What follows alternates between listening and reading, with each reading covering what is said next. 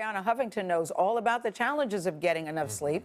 She is the co-founder and editor-in-chief of the Huffington Post. You know it well. The site is about to celebrate its 10th anniversary. She is also the author of 14 books. They include Thrive, the third metric to redefining success and creating a life of well-being, wisdom, and wonder.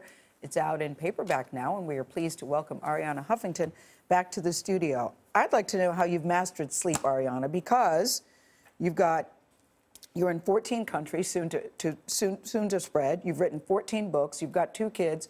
And you said you would still be successful if you had slept more and worried less. Absolutely, 1,000%. Because the worry is draining and it doesn't add anything. And it does stop us from sleeping. And finally, now we've recognized through all the new scientific findings that sleep is the biggest performance enhancement tool.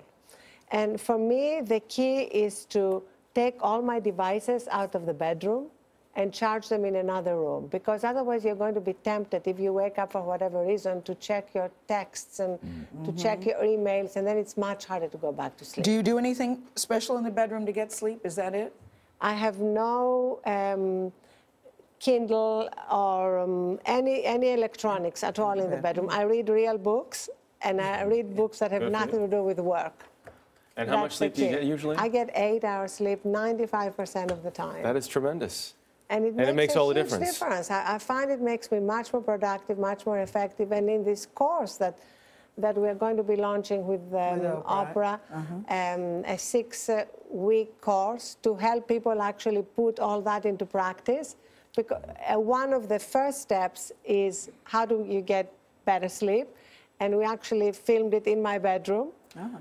Which is a device-free zone. Okay. And the whole idea, as I've been going around... Are you in there alone? Alone, without my devices. I didn't mean that, Arianna. I wouldn't touch that line either. No. But, you know, as I was going around the world talking about Thrive, the main question I was getting is, I agree with all that, but how do I make it happen?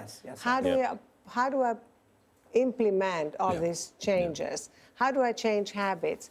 And that's why in the course, every week, we are going to have 2 new steps, a total of 12 steps to move from knowing what we want to do to actually doing it. And people can register now on oprah.com/thrive. All right, got it. I've known about, as you know, I've known about sleep and how it makes your performance better for a while. It's amazing to me how all of a sudden sleep is one of the hottest topics around.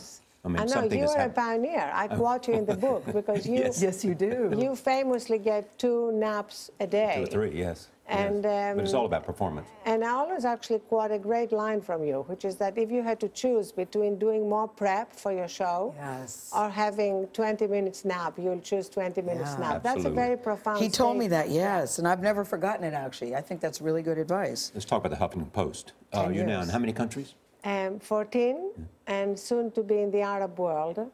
And now the latest ComScore numbers came out, and we're at 214 million unique visitors. 50% of that is outside the U.S. now.